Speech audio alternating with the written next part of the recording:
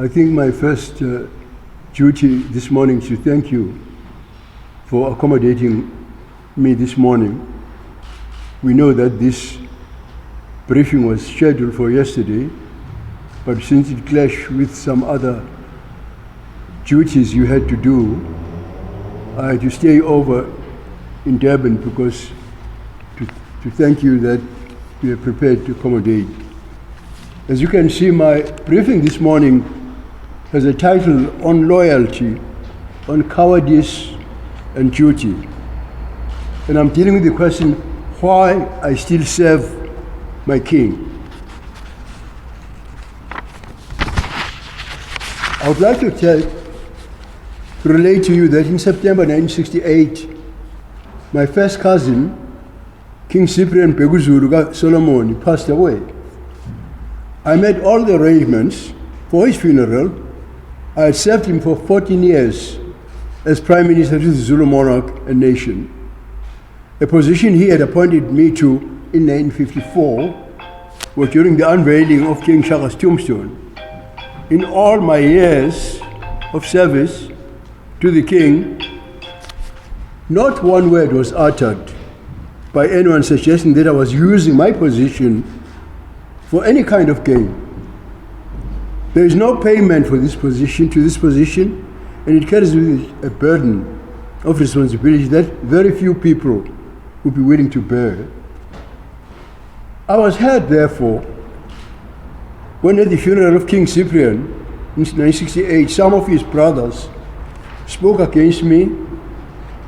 It was the first snipe I had experienced from within the royal family, and it was entirely unexpected.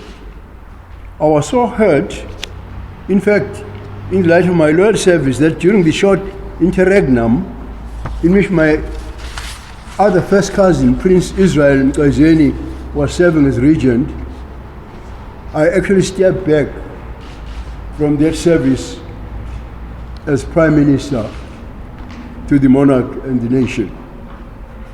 I fulfilled my duty in terms of the late King's will of ensuring the financial maintenance of the widows, the young Prince Goodwill Zwelithini and other members of the royal family. And apart from that, the only responsibility I fulfilled at the regent's firm insistence was to accompany him to Pretoria to see the Minister of Boundary Administration of Development, Mr. M.C. Botha, to discuss the matter of the King's installation. With the king not yet installed at that time, a rift was opening within the royal family, which was encouraged by the apartheid government. I began receiving assassination threats and was warned to stay away from the coronation, where I would surely be killed. My response was that if I died at my king's coronation, I'll be dying on duty. So I've never been a coward. It is perhaps my greatest fault, ladies and gentlemen. While I can be hurt and offended like any human being for some reason, I cannot be intimidated. My sense of duty overrides any care for my life or reputation. This is something my detractors have never understood about me. Those who do not care two hoots in hell about the Zulu nation or the royal family or the institution of the monarchy have been befuddled, in fact, for decades by my loyalty. Now, as I'm not getting a cent for my work as traditional Prime Minister, they are convinced that there must be some other kind of benefit that keeps me serving, despite the pain and distress that come with the position. The ANC in KwaZulu-Natal, I must emphasize, has long since decided that I must be gaining political support from serving my king. In fact, they have accused me of this for decades, alleging that I used our late king to boost support for the party I founded, the IFP. This is a convenient narrative, of course, for it attacks the IFP, their strongest political competition in this province. The fact that it drives a wedge between members of the royal family to the detriment of the Zulu nation gives them no pause for any thought. Like the previous regime that encouraged a split in the royal family for political ends, that is the apartheid regime, the ANC in KwaZulu-Natal is pursuing the same strategy. Thus, political support for IFP gains strong momentum during this election, ahead of the local government elections. I've been accused now by the ANC provincial chairperson in KwaZulu and by the ANC Premier of KwaZulu-Natal and by the ANC Youth League in KwaZulu-Natal of conflating my position as traditional Prime Minister with my position as the founder of the IFP, as traditional Prime Minister with my position as founder of the IFP in order to secure votes. Now, they accuse me of using His Majesty the King to boost my political fortunes, and the youth even accuses me, ladies and gentlemen, of mobilizing Amakosi to come and kill them. While these accusations, of course, are not new, this intensity of political poison that throws talks of reconciliation right out of the window between the ANC and the IFP has not been seen since the 80s and 90s, when the ANC, in the words of our icon, President Mandela, quote, used every ammunition to destroy me, but failed. And the quote from Mr. Mandela. I'm deeply saddened, ladies and gentlemen, that we've been thrust back into the era by the ANC in KwaZulu-Natal, whether it is sanctioned by their national leadership. Of course, I have no idea whatsoever. It would be strange, of course, if it was the national leadership of the ANC, considering the recent talks between President Ramaphosa and I, and talks between our Secretaries General and Treasury General, but the silence of the ANC national leadership, as their KwaZulu-Natal colleagues are tearing into my legacy, is very difficult to read as anything but sanction on their part. If I've ever wanted to step away, ladies and gentlemen, from my position as traditional Prime Minister, it has never been more than in the past few days. And while my party's leaders, my closest friends, and members of my family have been urging me for years to cast off the position because of the sniping attacks and vilification that it attracts, they have ever been more vocal than at this time, just now. Now, I ask the question, do I deserve these attacks that I'm being subjected to by the ANC leadership in KwaZulu-Natal? Does the IFP deserve to be dragged through the mud as they are doing?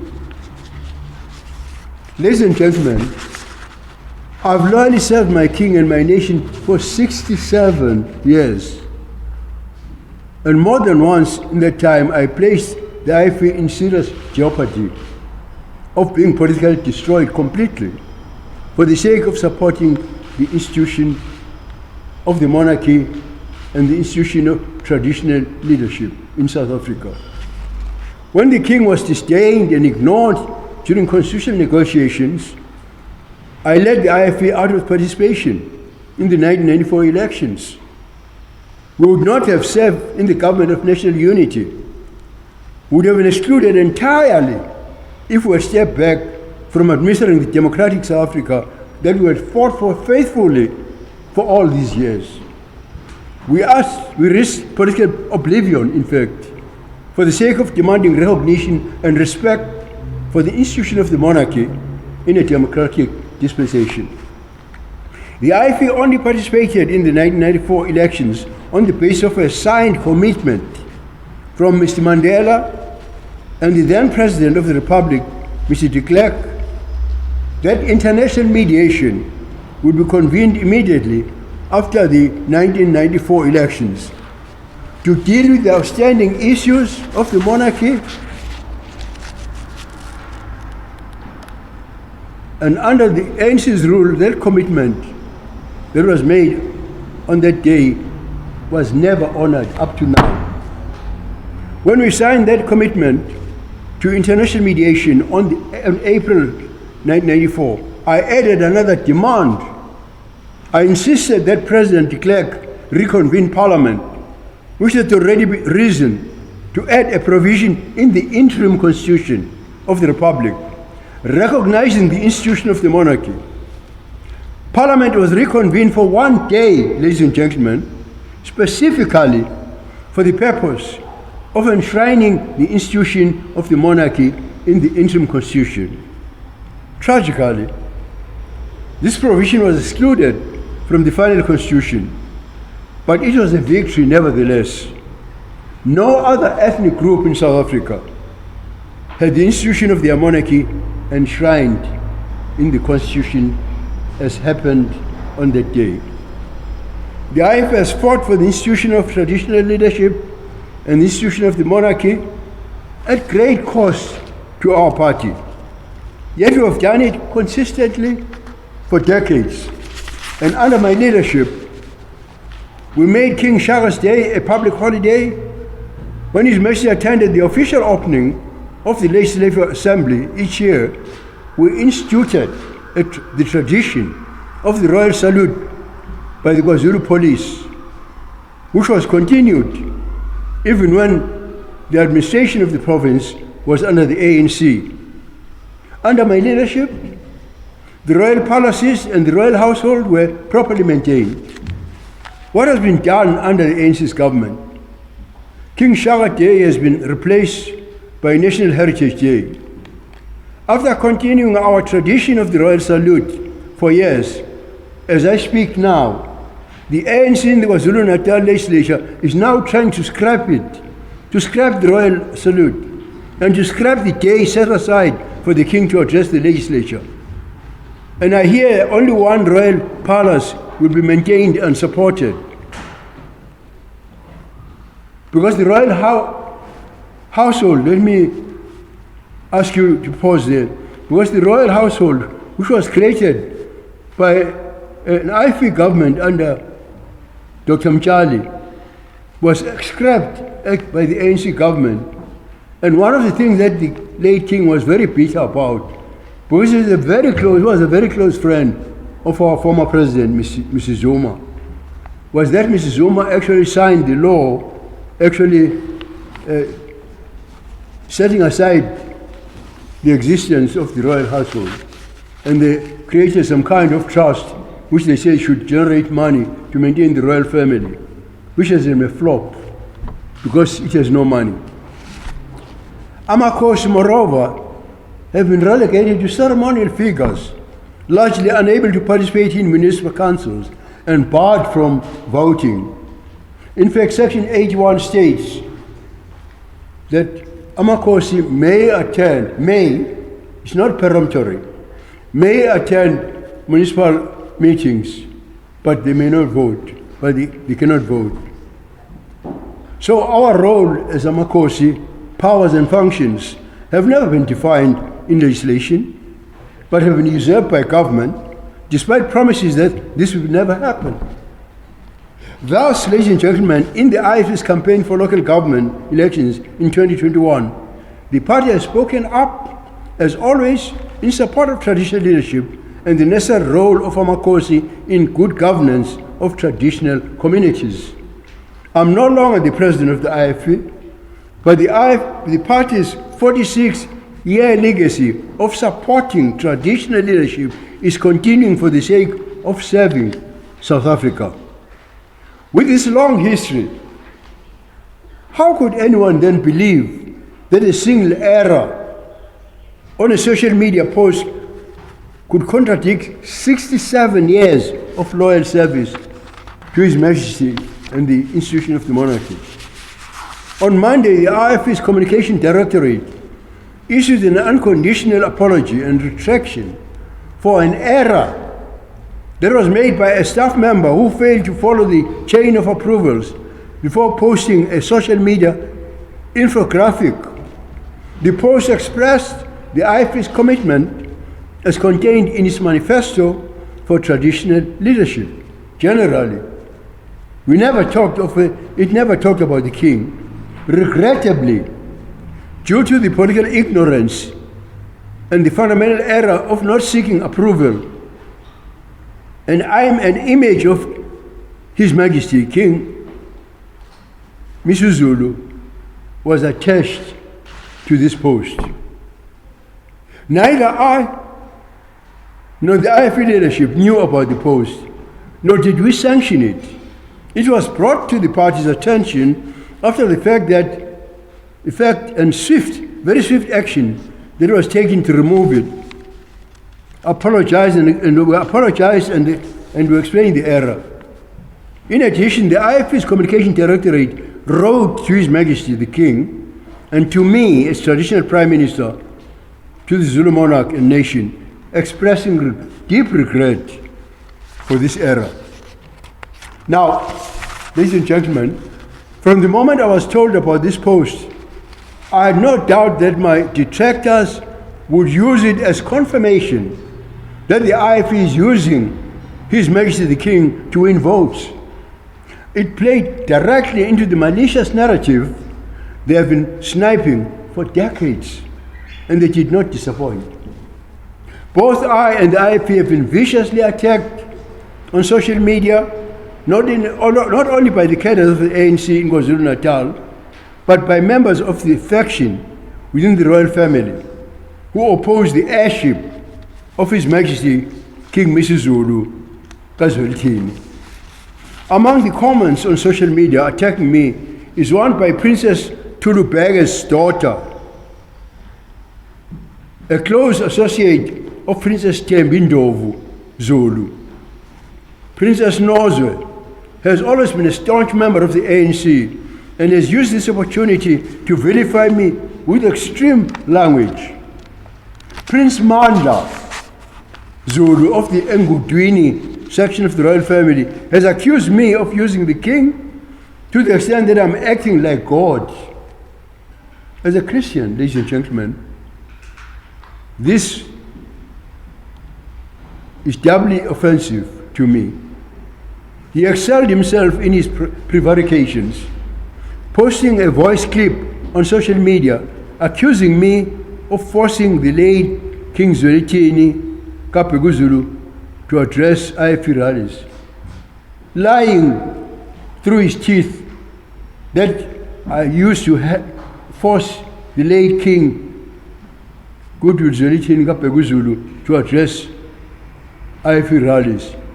And this is a blatant lie, for the king never attended a single rally of the IFP in his life. Next came a statement signed by Prince Mbonisi, which inexplicably was issued on the letterhead of the office of His Majesty. Prince Mbonisi has no authority, I must say, to speak on behalf of the king's office. Because he doesn't even recognize the king, because the king is there on his throne right now, but he uses the stationery of the king's office. The use of the stationery is therefore fraudulent, to say the least. The fact that he does not even recognize the king makes his abuse of the king's letterhead even more questionable. He claimed to speak on behalf of the royal family, again despite having no authority in this regard, and he accuses the IFP of suggesting that His Majesty the King, whom he refers to simply as a prince, has given, let me quote, untrammeled and unconditional political support, unquote, to the IFP. This has never happened and is entirely untrue. While the social media post should never have included an image of the king, it explicitly expressed the IFP support for the institution of traditional leadership in general. It made no statement whatsoever about the king's political affiliation. Let me ask Prince Mbonisi this, where he's watching, where Your Royal Highness, where was your deep disgust and outrage in 2016 when the ANC used the image of our late King, His Majesty King Goodwill Zwelithini kaBhekuzulu, on an ANC election poster? Where were you? Their slogan was clear, nami ngikule, I vote ANC, nenze njalo nani, do like me. That was explicit abuse by the ANC of the King for political gain. Can I have copies of that? I would like the whole nation to see this, so that the whole nation can judge who is actually using the King and the institution of the monarchy. Can I have the two big ones, please?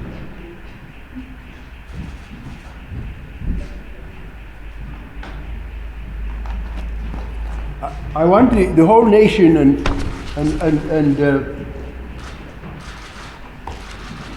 in South Africa to judge from this post of the ANC in 2016 who is using His Majesty, the IFP or the ANC.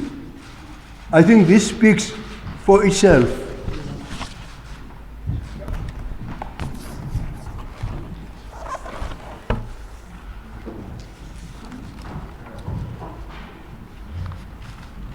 I'm sure that the ANC in KwaZulu-Natal were hoping we had forgotten about that.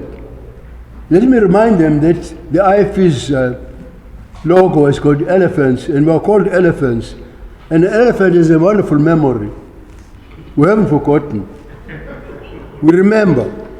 We also remember the ANC's premier at one time was quoted in the media, Mr. Swundebele, boasting that the king was in his pocket. It was published. President Mbonisi insinuates that I merely, quote, ladies and gentlemen, note this. He said, some association with the royal family, unquote, and I quote, masquerade. Did you hear that? I'm masquerading. Masquerade as a royal family member, unquote. He takes great trouble to juxtapose this with what he calls the children, quote unquote, who are the princes and princesses. This propaganda comes straight out of ANC's handbook on denigrating Buthelezi.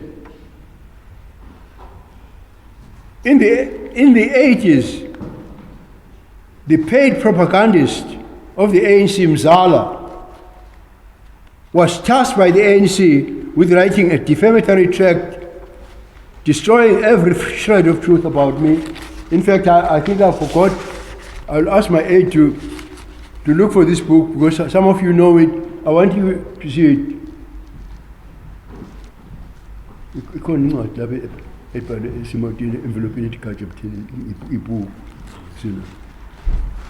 Now, among the lies in this propaganda tract, Mzala was the question. He questioned my use of the prince, which he claimed even Dr. Piksika Isagaseme, the founder of the ANC, did not do. Yet Dr. Seme was not of royal descent. Dr. Seme was married to my mother's sister, Princess Pikisile Harriet Katinizulu. Thus, all the children of that marriage received the title of prince and princesses, but himself did not. My mother, Princess Makoko, if Prince Mbonisi has forgotten, my mother, Princess Makoko Katinizulu, was the full sister of His Majesty King Solomon Katinizulu, the great father of the present king, King Mangosuthu, and the grandfather of the late King Zwelithini. King Cyprian and I were first cousins. I'm a direct descendant of King Dinizulu and King Tejoy. I do not masquerade as a royal family member. And it takes little intelligence to know where this propaganda is coming from. It's from the ANC. And I would like to pause here and say it is in fact a bit rich for His Royal Highness Prince Mbonisi to pontificate and to say all these things about me that I'm masquerading. Prince Mbonisi's mother was a teacher, a school teacher by the name of Amy Ndlovu, who was teaching at a school in Nongoma called Emahlombe. And my late cousin, the King Cyprian, had a fling, F-L-I-N-G, with this lady, a divorced woman. And that's how Prince Mbonisi was born. And he did not grow up in the royal court. And that is why he's doing all these things that he's doing, because he came to the royal court as an adult. The fact that the late king used him does not wipe off that history of his life. Now, it takes little intelligence to know where this propaganda from. It comes from the ANC, from that tract by Mzala. It is in that book. It's the Bible of the ANC. It takes little. Therefore, it is insulting that these people are making comments in the name of the royal family.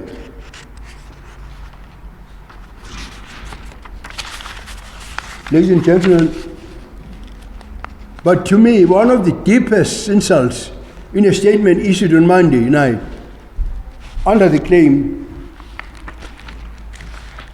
yes, I wanted, this is the compendium of all expletives, insults, and defamation of the ANC. And all these things about my descent, whether I'm a prince or not, comes from this book. And Prince Mbonisi, maybe as a protege of the ANC, was quoting from this book when he says that I'm masquerading as a prince.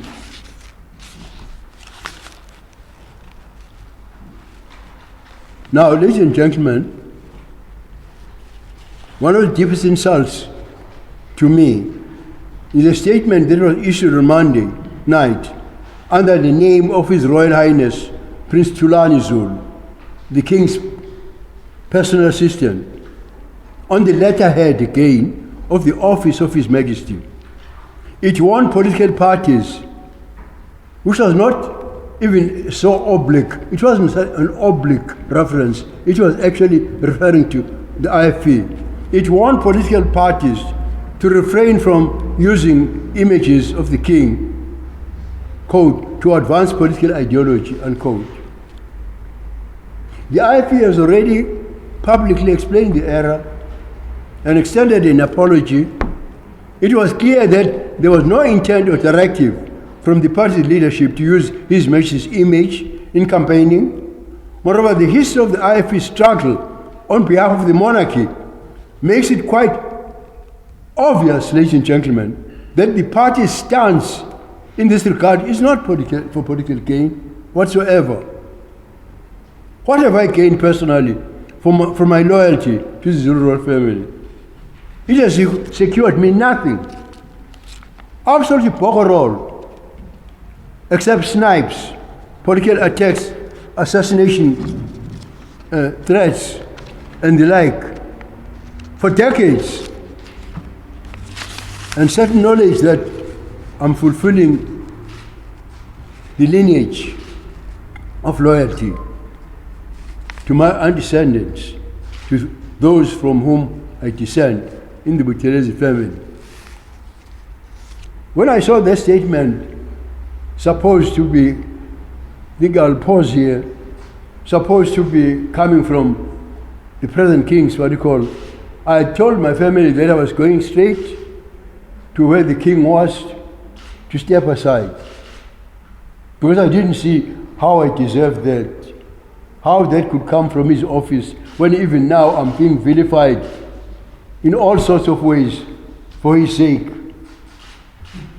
In fact, I've discovered, ladies and gentlemen, that this king knows nothing whatsoever about this statement. There's a young man who assists the king by the name of Mr. Tami Zulu. He is the one who phoned Prince Thulani and said the king urgently wants to comment on this thing by the IFP. Urgently, the king wants it done immediately. And while he was doing so, he was here in Durban with the ANC. That statement and warning comes from the ANC. That statement was not even signed. All of you know it was not even signed. The king didn't know anything. He had not even any sight of it. And that is the reason why, although I was urged to go and approach the king and step aside, I could not do so. But I had other reasons as well. I would like to speak about my family. My great-grandfather, Nangalele Buthelezi, loyally served King Shaka Kasenza, the founder of this nation. My great-grandfather, Mnyamana Buthelezi, served under King Tingane. He served under King Pande. He served both the king and nation during the Anglo-Zulu War under King Techoyo. He was the commander-in-chief of all the Zulu regiments of the king during that war. Mnyamana brought back my grandfather, the young King Tinuzulu from Manjagazi, where the King Techoyo had put him when he was taken away after the 4th of July, 1879, when the Zulus were vanquished in Ulundi.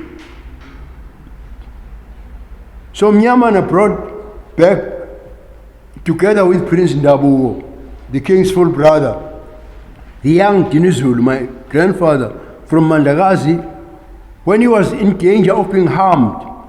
And Mnyamana raised him at his homestead, Ekshumaileni. King Dinizulu grew up at Ekshumaileni, King Mnyamana's place. The future King Dinizulu was under Mnyamana's care even on the day when he reached puberty. He was at Opisweni, another homestead of Mnyamana. My father, Inkosi Mathole Buthelezi, and King Solomon Dinizulu bridged the rift that had taken place between the Buthelezi family and the royal family by asking my father to assist in a very difficult case which he could not adjudicate. And then later, after my father sorted it out, he offered the hand of my mother, Princess Makoko Dinizulu, in marriage to my father. So, ladies and gentlemen, in serving my king and my nation, I'm not just doing a job. I did not choose this position. I was appointed to it by our late king's father, His Majesty King Cyprian Nyangazizwe Beguzulu Solomon. I urge our late king, in fact, King Zwelithini, to appoint his own prime minister, as that is the prerogative of the king. I repeatedly urged him to do so. This is not a position I applied for, but it is a position I fulfill out of loyalty, purely out of loyalty, that runs far deep than one lifetime. It extends back to the loyalty of my antecedents, those I descend from. And this is why I do what I do even when I'm attacked. As I've said, however, never have I wanted to resign more than now as I speak to you. For I find it difficult to bear the vicious and unjust attacks from within the royal family when I'm fulfilling my obligation to our late king to ensure stability in the succession. I'm fulfilling my obligation not because our late king and I had an easy relationship. I repeat, I'm fulfilling my obligation not because our late king and I had an easy relationship. As uncle and nephew, and as prime minister and king, our relationship had its ups and downs. I've said this publicly, even during his lifetime. It is known to the Zulu nation, yet my loyalty to the institution of the monarchy compels me to loyalty to the king. It is the same loyalty that refuses to allow me to relinquish my position now, when I feel like doing so now, when I'm attacked by members of the royal family and individuals within the ANC, people who cannot even say boo to a dog. I've never needed nor used the royal family as a prop in my political life. Why should accusations like this cause me to retreat? Why should I retreat? As I've said, ladies and gentlemen, I'm not a coward. I was not born a coward. I'm not born of cowards. I could not. Looking at the line of antecedents, both from my mother's side and my father's side. I've already told you what they did. King Tetuayo, who actually routed, whose regiment routed the British Army at Isandwana, was my great-grandfather, or my mother's grandfather, He suffered for that. He was dethroned, and he actually was returned in a torn, kingdom, where there were 13 kinglets, the so-called kinglets at that time. And my grandfather, King Dinizulu, was actually exiled twice. First to St. Helena, after the civil war between Usuthu and Mandagazi. On his return, Nkosi Bambata went to Osuthu royal residence and asked the king to give sanctuary to his wife, Siegiwe, Mazuma, and their daughter, Okolegile. Because of that, my grandfather, King Dinizulu, was implicated in what was called the Zulu Rebellion. He was there charged with treason. He was therefore jailed, in fact, and because Louis Botha, whom you see together, whose statues are along each other, knew him, when he was Prime Minister of South Africa, released him, but he didn't have the courage to ask him to return to Osuthu. He was taken to Middelburg right away, which was then Transvaal, to Eikek Farm, where my grandfather, King Dinizulu, lived away from his family and children, and died in October 1913. I come from that line. I'm not a coward. And I refuse to abandon my duty at this stage, when such trouble is being stirred in the succession of the monarchy. I will fulfill my duty. If I was not for the few creating instability in the Zulu nation with their power mongering, I would relinquish my position as Prime Minister in a heartbeat. I fulfill my duty in every other way. My conscience is clear. The whole of South Africa must understand this, and I've endured enough Buthelezi bashing. But this last part of my duty cannot be abandoned. Wena wenjov. Baete.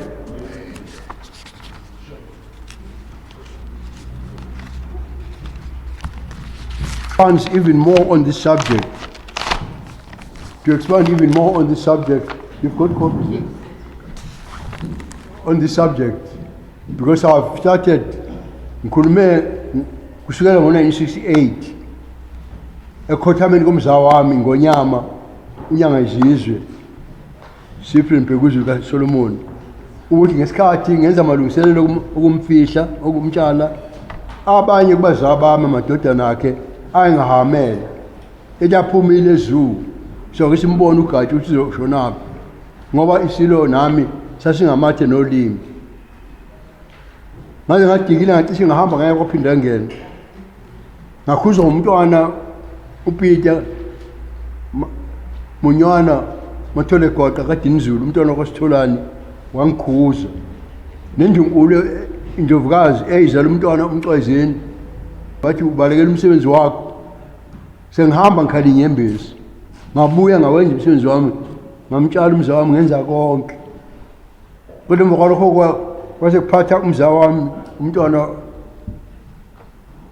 umcwayizeni Israel kaSolomon eba yibamba, kwase bakhona basingezwani naye, angabe ngisaya endunkulu.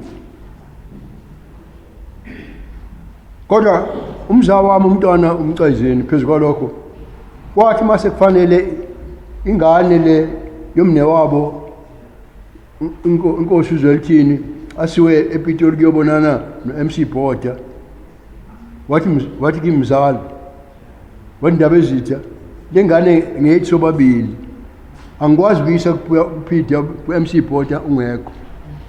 Nganginendlela yokuya eJalimani, ngathi mina andaba ezitha ngiyavuma, kodwa angazi manje ukuthi ngikhansele uhambo. Kwakukhona-ke lo isikhulu lesikahulumeni uTolaga wathi yena hayi i-appointment yenziwe ngathi kumntwana enkosi umntwana umcezini cha Makebe seniyomthatha umntwana wenu umntanami nimhambise noma ngiseJalimane ngathi ngiseJalimane ngeze ukuthi awu kabanga esagcina ubonana no-MC Botha wabe sethathwa esehamba siyobonana nonduna enkulu Foster lapha akwasho khona ukuthi uma efuna bavalelwe izinto ezinhla aphathwe kahle kayihlukanise nami ngoba ngikhongolosi emva kwalokho kwaba khona ukuthi uma ngiya ekutshalweni uma ngiya kubekweni rather ngonyama uzolithini ngangizodutshulwa kwathiwa ngizodutshulwa ngizobulawa ngalelo la umama ngizala umntwana uMagogo umkamamzila nebakobutheli bathi angisuke ngisayo kodwa ngaya mina ngathi mina isotsha lifele emsebenzini walo ngakho ngiyaya mina uma ngifele emsebenzini uma ingane yomntwana wakwethu ingonyama yangazizwe ibekwa angikwazi ngabikho mina ngaya kumpisholo kubomvu kunjalo ngoba ngilona igwala ngakho ke lokho kwenzeka manje akumangalisi ke ukuhlaselwa kanje kodwa ngenxa yesikhathi bengithi mase ninika ama copies ngoba nana ngifuna isikhathi ngoba lo incazelo yami ngesizulu iyedlula le yathi ngisho ngesingisi ibanzi kakhulu ngakho ngibona ukuthi ngasho lokho manje ke okubike okungithuthelisileyo ke ukuthi njoba ngikhombisile ukuthi ukhongolose wacela uNobleman Nxumalo ubabhale leli bhuku kaTya Buthelezi a chief with a double agenda iBhayibheli kaKhongolose elingikhuluma zonke inhlamba lezi nembhedo uqobo lwayo ukuthi ubaba uDokotela Seme kuthiwa wayezalwa eNdlunkulu uDr Seme wayeganwe eNdlunkulu kodwa lo dodo obhalwe lapha kuthiwa uDr Seme wayezalwa eNdlunkulu kodwa akazabizwa ngomntwana kodwa mina ngiyibiza ngomntwana ingane kaDr Seme ayizala kumntwana uphikisile zonke zingabantwana baseNdlunkulu seyihambe zonke bezaziwa njengabantwana nabazukulu bazo baziwa njengabantwana baseNdlunkulu yileli iBhayibheli leli bonke umntwana umbonisi kabacaphuna kulo uma bengithuka bethi kukhona abenza sengathi bangabasendulo begudla mina kungimangalise ngoba umntwana umbonisi kufanele ngabe uyazi ukuthi wazaleka kanjani ukwemukela kwakhe umne wabo isilo esikhothameyo akasukwande akwenze iqhele akhohle ukuthi wazaleka kanjani ukuthi akazalwa noyedwa umkaNkosi wazalwa isicebe sesilo isicebe sengonyama esazwana naso inkosikazi yakwaNdlovu uEmi engimaziyo wayifundisa esikoleni emahlombe kwaNongoma bangithuka ngayo yonke leyo nto ke bonke ke noKhongolose ke use athi ayiqala lentimbuthi yokuthi mina ngizama ukusebenzisa iNdlunkulu bakhohle ukuthi igazi likasenza ngakhona uzala uShaka igazi likaMpande igazi likaCetshwayo likaDinizulu ligijima emthanjeni yami ngiyakhumbula umngani wami uMr Joe Matthews ukuthi ukhona omunye wayelecturer uNdlovu le euniversity ethi wakuKhongolose ethi uButhelezi akakhumbula ukuthi Buthelezi must remember that he was as much Zulus as he is. And then Mr. Matthews used to smile and say, it is rather rich for him to say that against a man in whose veins causes the blood of the man Zulu himself. Yilezo zinto kukhona abasiza insizwe embili ezisiza isilo. Lesi statement esiphume egameni lesilo namhlanje ngabe ngiphumile ngiyekile namhlanje ngabe ngiyile enkosini ngawuthi cha ngiyaxolisa akayifunela omunye umuntu kodwa ngiyazi ukuthi isilo asazani nale statement. This statement isiphume ku Mr. Thami Zulu osebenzela isilo besenza noKhongolose la eThekwini. Asazi nokusibona isilo ukuthi sengibhajwe ngoba uma sengibhajwe sekukuye isilo esingibhasobhisayo neqembu lami eselenze konke lokhu elikwenzileyo lize lecishe laphela inyanga ngokhetho bengizawuthi kufanele dank angihamba kodwa okukhulu kunakho konke ngithi mina futhi nabangizalayo okhokho bami kusukela unqengelele esibandla nenkosi uShaka emkhulisa infect yengane nomnyamani ephansi kadingana phansi kwampande phansi kwenkosi Cetshwayo azakhulisa ubaba omkhulu uDinizulu amthathe komandakazi njengoba kubonakala ukuthi ubaba ezobusoconga komandakazi njengoba basebephendukela inkosi wamthatha wamsemzini wakhe benomntwana okwaminya umntwana ndabuko uba ukhulela emzini kaMnyamane wakhulela emzini kaMnyamane ekushumayeleni uDinizulu waze wathomba khona netshe la ayiphezulu kwalo elusi inkomo eyophisweni umntwana inkosi uDinizulu kwaButhelezi uMnyamane ngokululeka wakhe bethi uyeluleka akwalalekeka ngempike yakwaNdunu sekuzolimpiya kwaNdunu wasethi hayi usegeza izandla kodwa wasethi abantu bakwaButhelezi vela ngibakhe abantu benkosi abahamba inkosi hambile wathatha amadodana akhe amabili uMathentamo insukwazi wathatha uSimelwane kwaNhlongo emzini wakhe wathi abahamba uma inkosi ihambile bokhalo lwakhe insizwa zakaMnyamane zafela inkosi nezwe ziyishumi engayibiza ngamagama manje lezo zinto nje ezenza ngingakwazi ukuxebuka noma sekuthi angiyeke ngoba sengikhathele uNkulunkulu ngibekile namashumayishagalolunye nantathu ngiphile emhlabeni akufanele uba ngabe ngisahlupheka kangaka ngishishwa kangaka kodwa angikwazi angisoze futhi angisoze ngishiye intandane yomntana kwethu inkosi uMisuzulu ngimshiye Dengwane enziwa isilo sengubo endlini kwabo angisoze ngiyofa lapha efa khona ngiyethemba ke abesizulu na bezwile lokho bazokubhala abakubhalayo ngoba sengibanike onke amagama engiwabhale phansi ngoba ngingenzela nina nesikhathi senu empeleni namhlanje kufanele ngabe ngikwanongoma emsebenzini kamasipala kwanongoma kodwa ngilalile uma senina senenze ufefe lokuthi ngize lapho bangizochaza lezi zinto ngoba isizwe sonke sikhathele indaba yalo mkhosi ngabona ukuthi angize lapha umhlaba uzahlulele wona ujaje njengoba sengikhiphile lezi ngqwembe zikakhongolo zika 2016 ukuthi ubani osebenzisa ubukhosi yimi noma yibo ngiyabonga wena wenjovu bayethi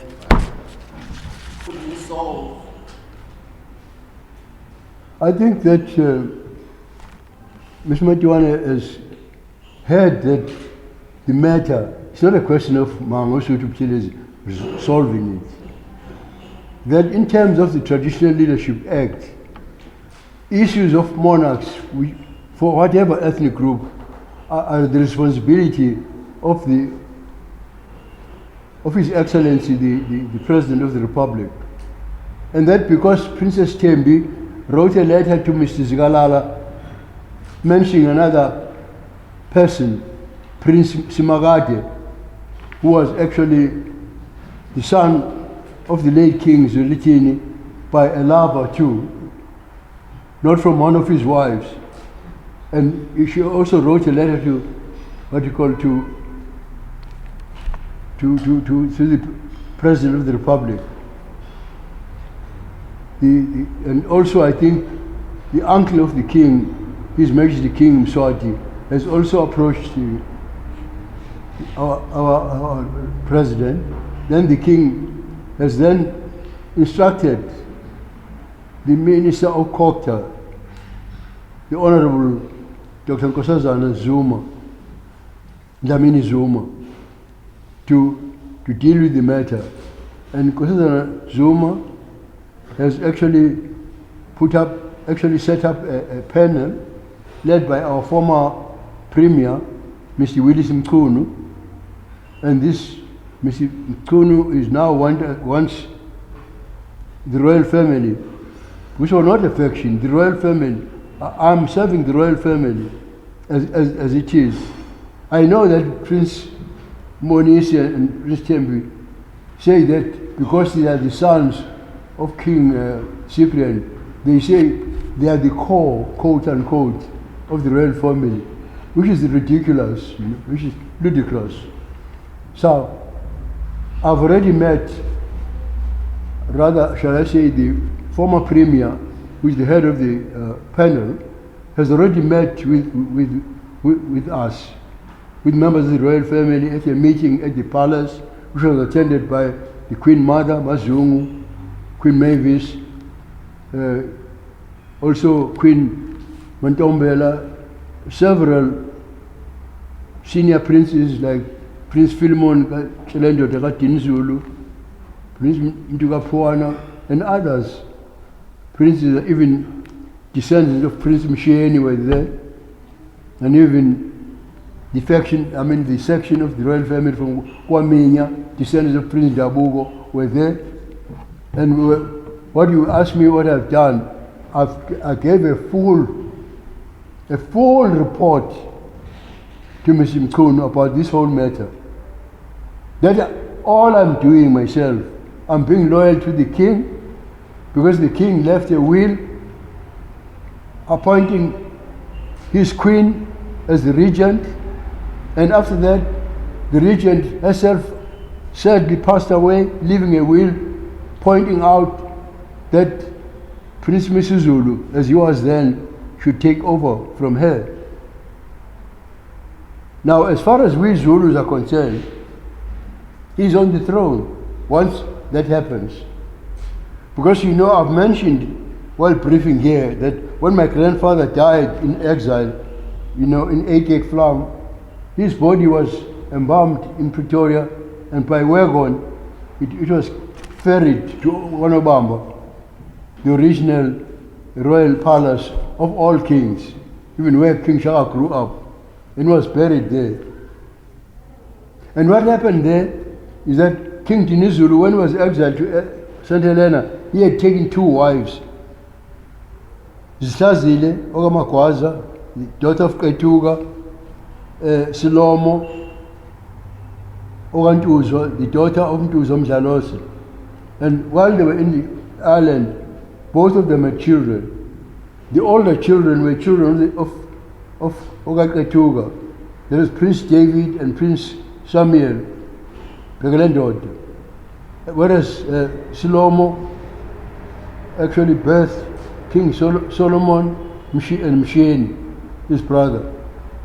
So then, when he died then, at the burial, when the body had been buried, his principal Induna of Usuthu and other senior royal family members said that they assumed that because Prince David was older than King Solomon, that he was going to be king. So they said they presented him right there at the graveyard, that he is the king, and he was given the royal salute at the graveyard. But in the meantime, King Solomon had a letter which he had sewn into his pocket, written by his father, King Dinizulu, appointing him. So when he produced this letter, Prince David said, "No, this is my father's handwriting." I stepped back. So since you are a Zulu, you know the praises of Prince David is inkosi abayibeke ekuseni kubo kwanobamba bayikhipha ntambama. Ibonga zamalume David. Then King Solomon there and then was saluted. He became king then. As far as I know from records as a historian, he only met with Louis Botha in Pretoria in 1916, because that happened in 1913. So from the moment his father died, it's quite similar to what the British do. They always say the king is dead, long live the king, meaning the one who's taking over. There and then, other formalities now are going to be done in terms of the legislation. We have agreed to cooperate with the panel.